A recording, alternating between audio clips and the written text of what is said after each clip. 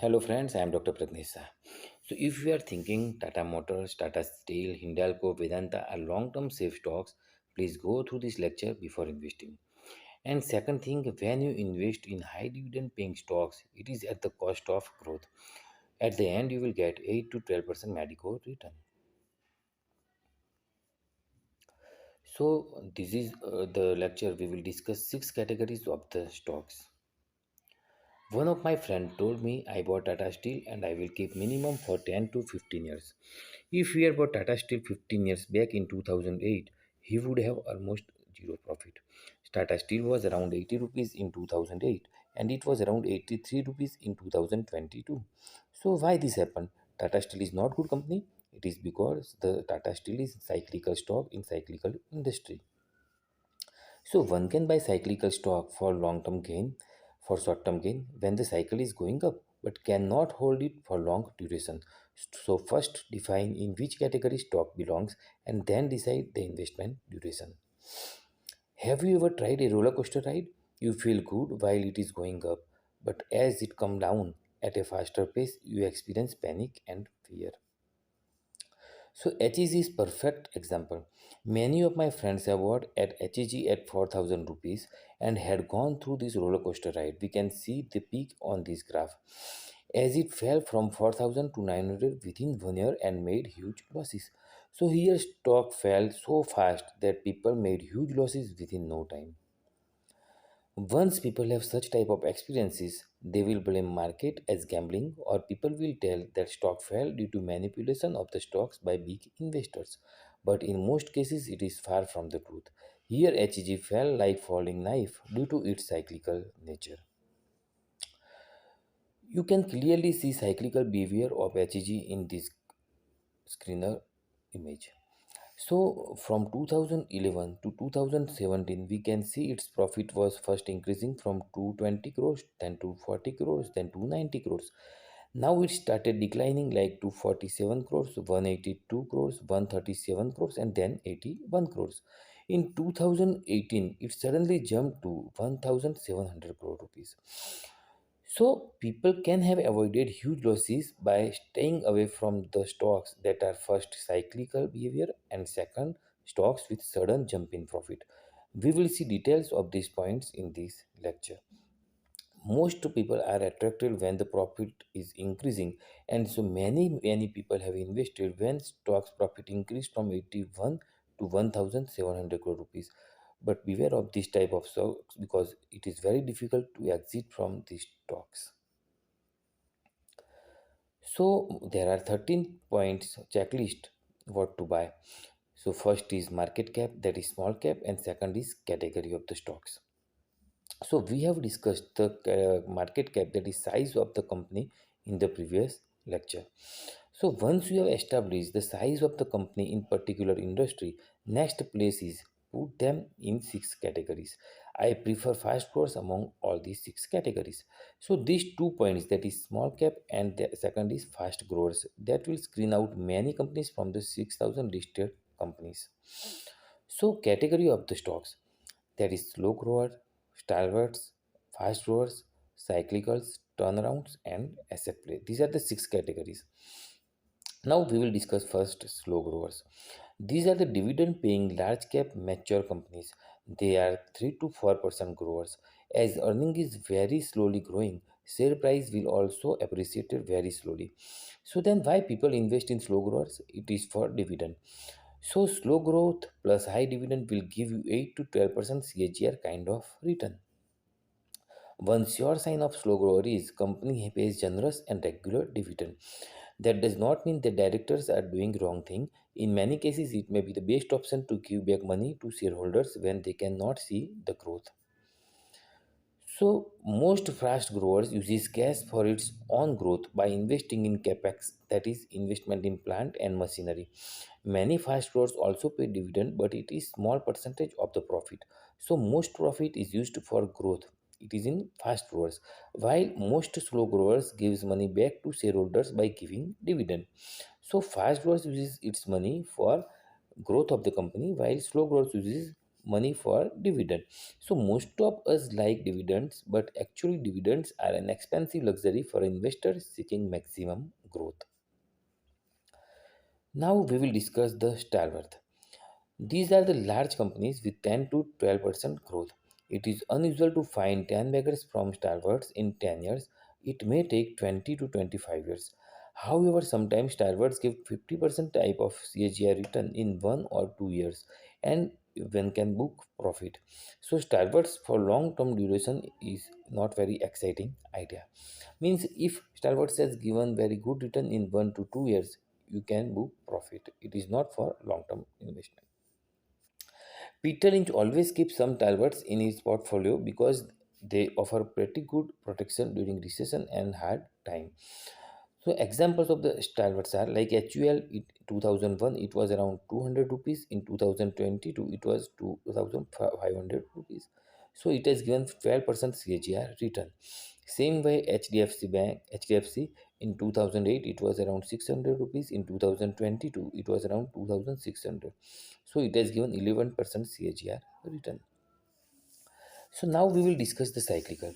This is the place where investor loses his money at fast pace and then wait for recovery that take very long time.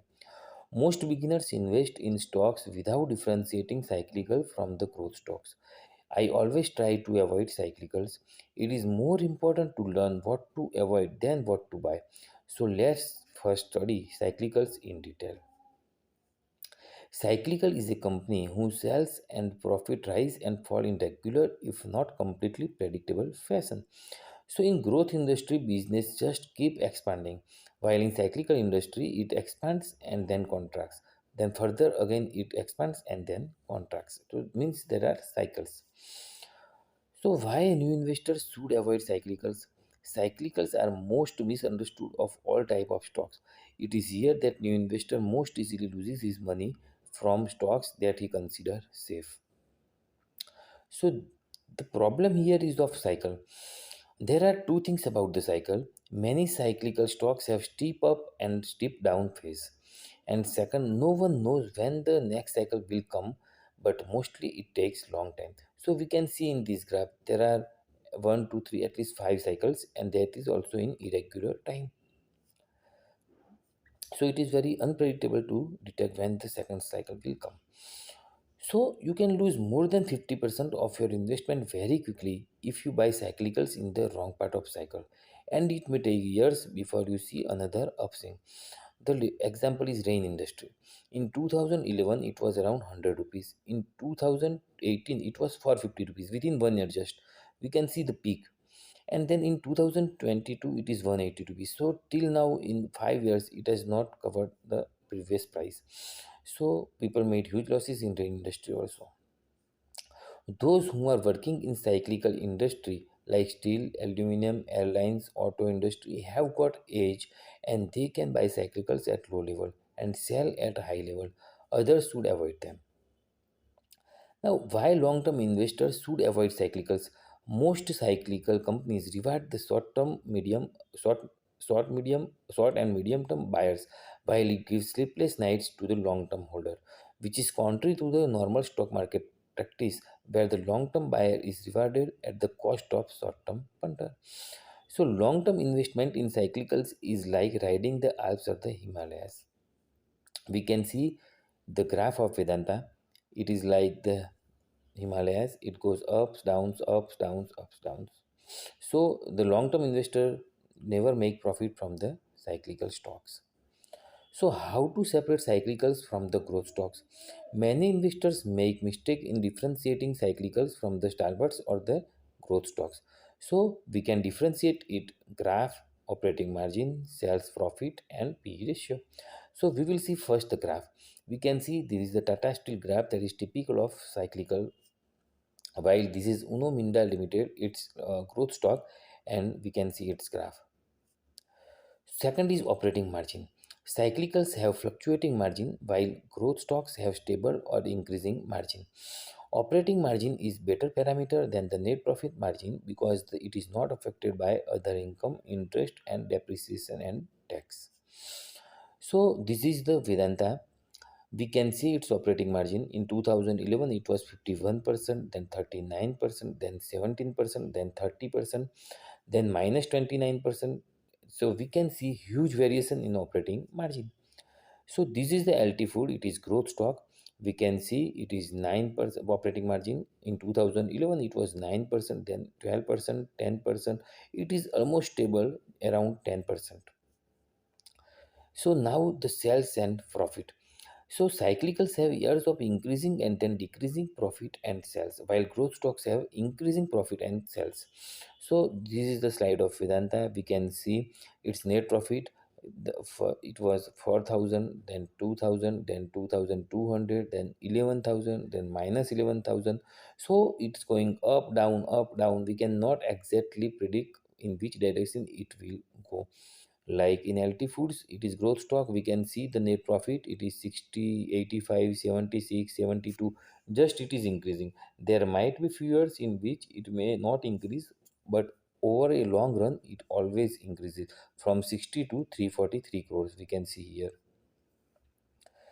The fourth one differentiating feature between the cyclicals and growth stock is PE ratio. In general, cyclical businesses will be available cheap. The low PE of these companies is due to unpredictable flow of the earnings.